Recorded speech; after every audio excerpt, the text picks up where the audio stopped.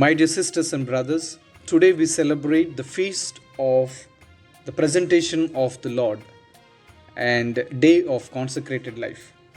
I wish everyone happy feast.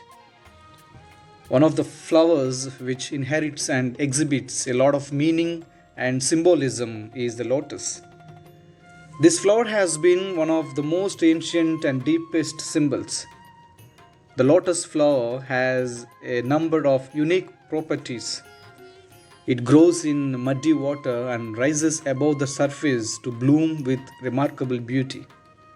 At night, the flower closes and sinks under water, while at dawn it rises and opens again.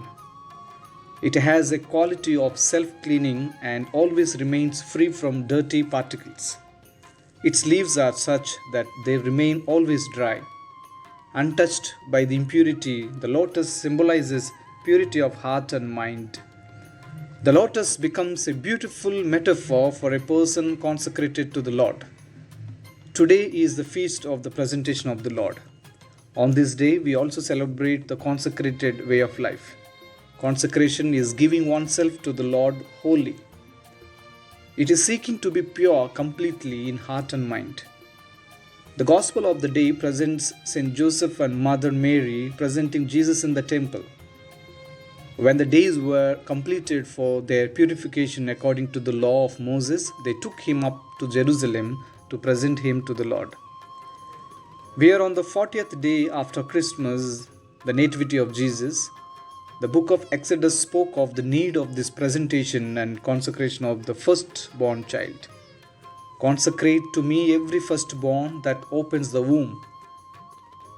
The act of presentation in the temple represented fulfilling of God's command, recalled God's deed of deliverance from slavery, reminded the deep love of God for His people. The presentation of the Lord in the temple is also another reminder of the ordinariness of the Lord in His incarnation. Jesus was known as the child of ordinary human parents. Jesus took birth and grew up in ordinary conditions and circumstances. Jesus lived his life in ordinary family situation. At baptism, all of us are also consecrated to the Lord. Some of us have also made a deeper consecration by the profession of religious vows. The meaning of this consecration also derives from the consecration of the Lord. We are ordinary by our sinful nature, yet the Lord exalts us to live a pure and holy life.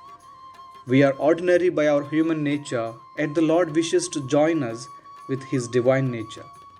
We are ordinary in our deeds and works, yet the Lord wants us to be His kingdom partners. Our consecration is a deep call and invitation to live a holy life, is a loving obligation and sacred duty to be fully committed to Him.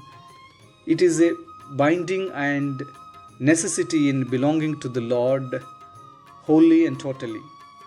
This is a day of the consecrated life, a day of consecration, a day to renew our commitment and zeal for the Lord, a day to rekindle the fire of our love and faith in the Lord, a day to restore our initial enthusiasm and interest for the Lord, a day to revitalize our knowledge and comprehension of the Lord. Each of us, whether single or in family life, whether a priest or a religious, belongs to the Lord and to Him alone. We are all consecrated and offered to the Lord. The lotus represents beautifully this our consecration and offering to the Lord. We may grow in the muddy waters of evil, scandals, violence, corruption, etc. Yet can we rise above all this and we can bloom in beauty with God's strength.